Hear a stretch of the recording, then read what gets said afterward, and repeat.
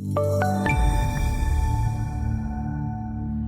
afternoon. This is Todd Colvin coming to you from the floor of the CME Group. We are looking at FX, and the euro currency settles the week on a low note, but still within that tight range. We've seen weekly settlements going back to January between 122 and 125. It's really been a tight range on a settlement weekly basis. We've seen prices fluctuate a little more than that, but obviously it comes back to center, and it's really been a tight range that we've seen. Market is not really complacent. I don't think it's holding.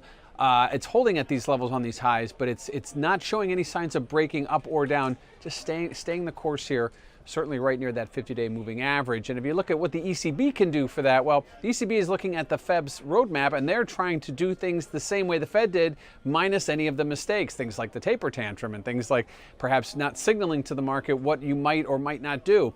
And I think if you look at what the ECB is doing now, they're talking about lowering the rate. They're talking about declining asset purchases, all the things that you need to do to set up for what is essentially the removal of stimulus that was given to the market so many years ago. So right now, the euro currency holding on its highs, the ECB getting a plan together. And if you look at open positioning, the spec longs have remained long in the euro currency. A couple reasons why. I think one, there's going to be a move after whatever Brexit settlement comes.